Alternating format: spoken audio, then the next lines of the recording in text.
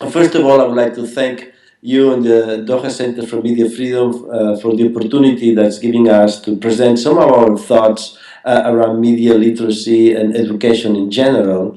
And we hope that some of these ideas and these issues that we are going to discuss today will help you to frame and to develop and to create a space for reflection on education in general and media literacy in particular. So I'm going to read a paper I wrote a few months ago that I think could be a good framework for this reflection space. The title of the paper is Media and Information Literacy, Fostering Intercultural Dialogue and Sustainable Development. And I would like to start with a quote by Neil Postman. This is actually Neil Postman in 1996 was interviewed by a television crew, and part of the interview he said, "I don't think any of us can do much about the rapid growth of new technology. However, it is possible for us to learn how to control our own uses of technology. The forum that I think is best suited for this is our educational system. If a student gets a sound education in history, social effects, and psychological biases of technology, they may grow to be adults who use technology rather than to be used by it." That's very important, the idea of using technology and not technology using us. That's a very important part of the media and information literacy. Media literacy has become an accepted concept around the world. Although it is not always understood within the same exact framework, it is nevertheless a mostly acknowledged term of reference in formal and informal educational and lifelong learning settings. Other forms of literacies have sprung over the last decades, such as news literacy, digital literacy, information literacy, 21st century literacy, internet literacy, cultural literacy, etc.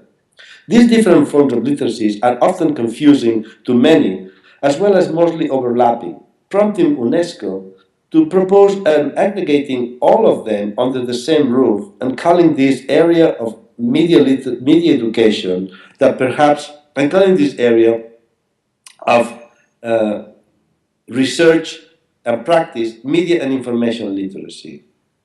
There are other areas of media education that perhaps do not fit comfortably in the proposed conceptual media and information literacy framework, such as media ecology, or what in Latin America countries are known as educommunication. But overall, we believe that media and information literacy is a wide enough concept integrating all the pedagogical practices and socio-anthropological studies that aim at the betterment of the world through enhanced media education, but also production and distribution environments. At the United Nations Alliance of Civilizations, we encourage aggregation of efforts, avoiding replication of relevant initiatives or competing with already existing successful projects. The Alliance is particularly interested in focusing on concrete results in practical, tangible outputs. More than a think tank, the Alliance is a do engine. With this spirit, we support UNESCO's effort and have partnered with them in the commitment for the development of a better media and information literacy and literate societies across the world. The Alliance aims to facilitate better understanding between individuals and communities of different cultural and religious backgrounds, encouraging cross-cultural, interreligious, and intra-religious dialogue and cooperation to counterbalance the forces that instigate and motivate polarization, often resulting in violent confrontations. From its origins, the Alliance identified media and information literacy initiatives as platforms that can foster better intercultural understanding, facilitating the demasking of deeply rooted societal stereotypes applied to others and represented as natural and unquestionable and unquestioned by media messages. Our society has moved from a Cartesian environment, which set the base for the illustration, I think, therefore I am, to a cultural participation emerging from the internet and the social media. I communicate, therefore I am. One of the challenges of this transformation of the human psyche is that we have not yet clearly formulated the ethical framework of this new paradigm. Media and information literacy education is a proposal aiming at readjusting educational systems based and organized around 19th century technologies and societies, proposing instead new pedagogical platforms, formal and informal, better aligned to 21st century cultural ecosystems. In fact, this need for readjustment is felt across our societies and not only in education. As Alfred Kobinsky pointed in 1921 in his book Manhood of Humanity, at present I am chiefly concerned to drive home the fact that it is the great disparity between the rapid progress of the natural and technological science on one hand and the slow progress of the metaphysical, so-called social science on the other hand, that sooner or later so disturbs the equilibrium of human affairs as to result periodically on those cataclysms which we call insurrections, revolutions, and wars. So you see the dichotomy between the technological aspect of our societies and the societal understanding of our societies. There is disparity. And media and information literacy also approaches and also deals and works on this disparity to try to actually put them more on the same level, on the same framework of understanding.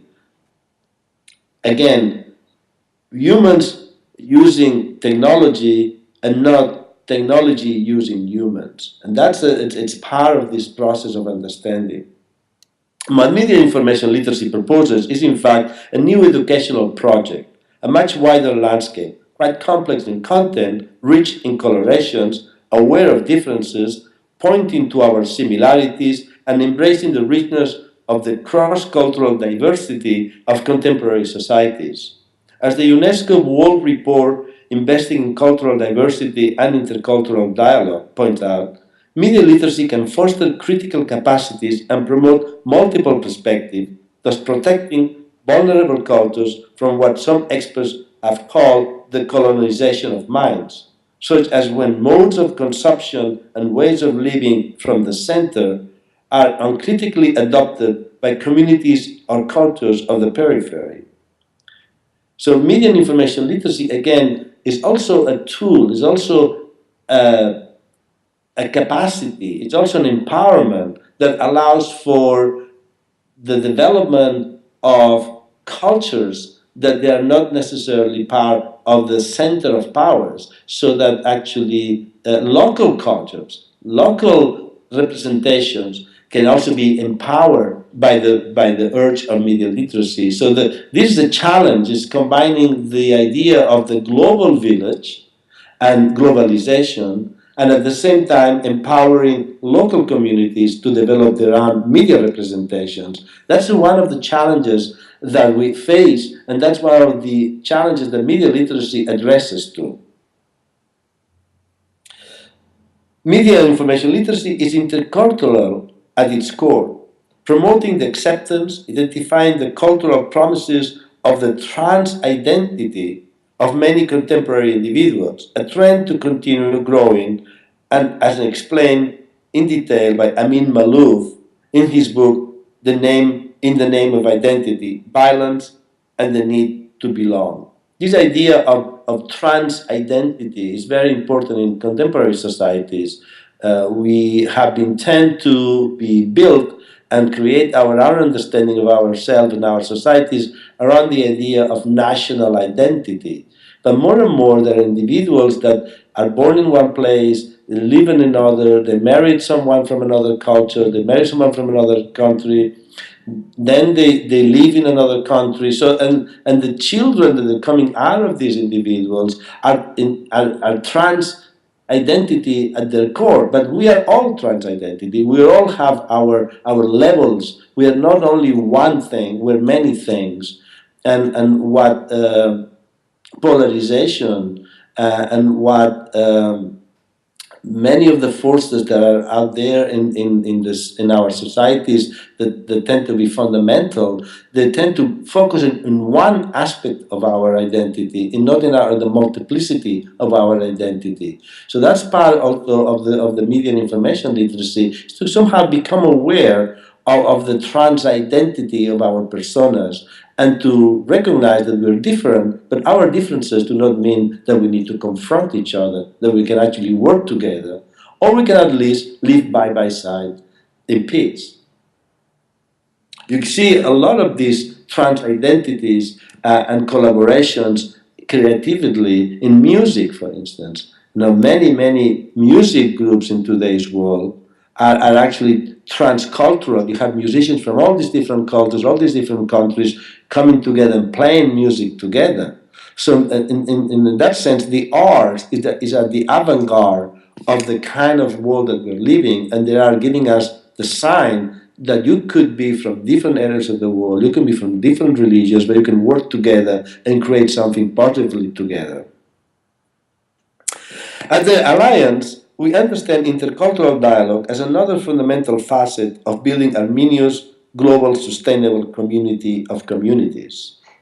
As important as clean water is, clear air, renewable energies, etc., we will not be able to build a more peaceful and harmonious future if we do not manage to create a better cultural and religious understanding between peoples from different cultural and religious backgrounds.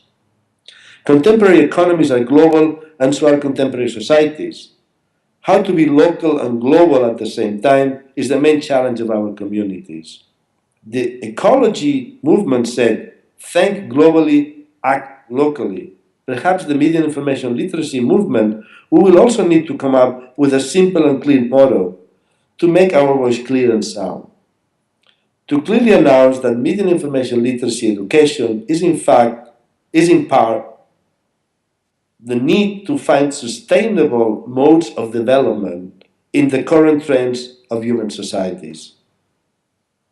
An individual literate in media and information literacy will easily distinguish the program tree from the digital forest.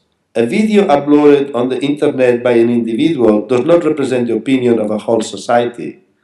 100 individuals caught on camera yelling vociferously and broadcast during the newscast by our local television stations do not represent the voice of a whole country. A website claiming the opinion of a whole group, religion, country, will be examined for what it is, not for what it claims to be. There are websites that declare to portray the truth about Martin Luther King, even though these sites, if one looks closer and follows the links, discovers that they are built by white supremacist groups. A media and information literacy individual will develop new ethics, new modes of participation in society, new ways of being an active citizen. She or he will be proactive in the new public square, the social media platforms. Ultimately, he or she will learn to program, or he or she will be programmed. The Alliance recognizes the strength, the move forward that media and information literacy represents towards a more peaceful world. For this reason, we support its development and has encouraged from its early stages the development of a global chair with UNESCO's UniTwin system of a network of universities that focus on media and information literacy as a platform for intercultural dialogue.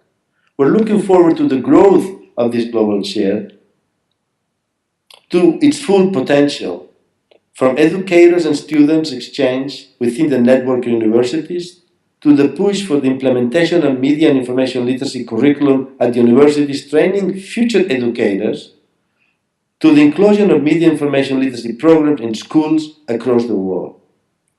As a due engine that the Alliance is, we would like to see this network to become a mover and shaker in the field of education, supporting media and information literacy education, formal or informal programs across societies, from kindergarten to senior home centers. In addition, to the extent concrete outcomes that the Alliance looks forward from the UNESCO Media and Information Literacy Intercultural Dialogue, there are several other concrete media and information literacy activities that the Alliance is developing that we could just mention very briefly.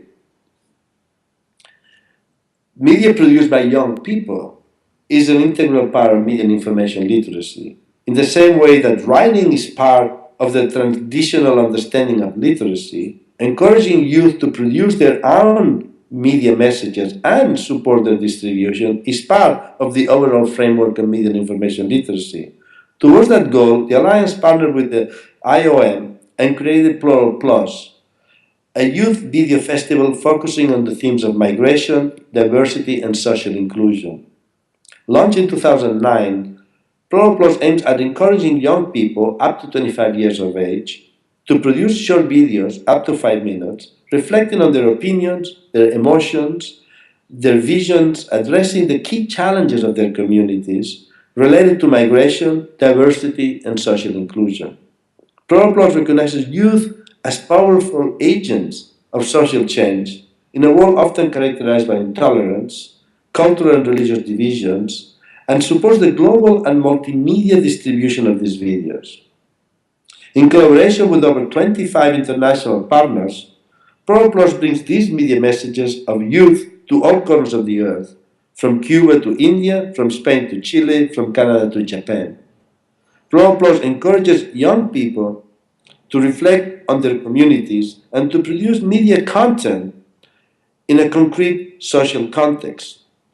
In addition, Plural Plus is now developing educational and discussion guides in Arabic, English, French, and Spanish for each video, facilitating in this way group discussions on the themes addressed by Plural Plus in formal and informal educational settings. In 2008, the Alliance launched the Media Literacy Clearinghouse, a web-based global repository of information relevant to media education and youth media, organizations, resources, and policy. In 2012, the Alliance joined forces with UNESCO and expanded the existing clearinghouse, creating the Media and Information Literacy Clearinghouse, which is now hosts the multimedia, multi-language, interactive web-based version of UNESCO's Media and Information Literacy Curriculum for Teachers. The Media and Information Literacy Clearinghouse is a participatory platform, open to user-generated content. It has had over 500,000 unique visitors since it was first launched, becoming a unique global platform for outreach and sharing media and information literacy relevant content and information. I encourage you to visit the website and to participate in it by uploading your own content. We also created in 2009 a book which was called Mapping Media Education Policies in the World, Visions, Progress, and Challenges. So publishing books is also part of the work that the Alliance is doing in the field of media and information literacy. We're currently working on a new book on media and information literacy in the MENA region that hopefully will be ready by the end of this year. I would like just to, in this text, to call the attention of media and information literacy linked to the news literacy. So this concept of news literacy is something that, particularly in the United States, it's quite strong and has developed their own frameworks. This is connected to and really aiming at journalism and traditional media. So we are also partnering and also working in the field of news literacy, and in that sense also developing journalist trainings. And we have worked in several of these initiatives, understanding that the key role the journalists play in the construction of our understanding of our own society and others through their media messages are the main framework of reference to most of us. So working with journalists and linking media and information literacy and news literacy and conducting workshops with journalists is another aspect that we're working. And those are, and I hope that these brief indications gives you a little bit of a sense of some of the work that we have been doing with the Alliance and around media and information literacy. Again, we invite you to involve and to participate with us, to kind of partner with us. Plural Plus is open for participation. The United Nations Alliance of Civilizations network of universities is also open for participation, and the cleaning house is open for participations. So all of these are invitations for you to become active, to become aware, and to share with us your own initiatives and your own projects. And again, I would just like to thank you very much for giving me this opportunity, and I'm looking forward to hearing from you.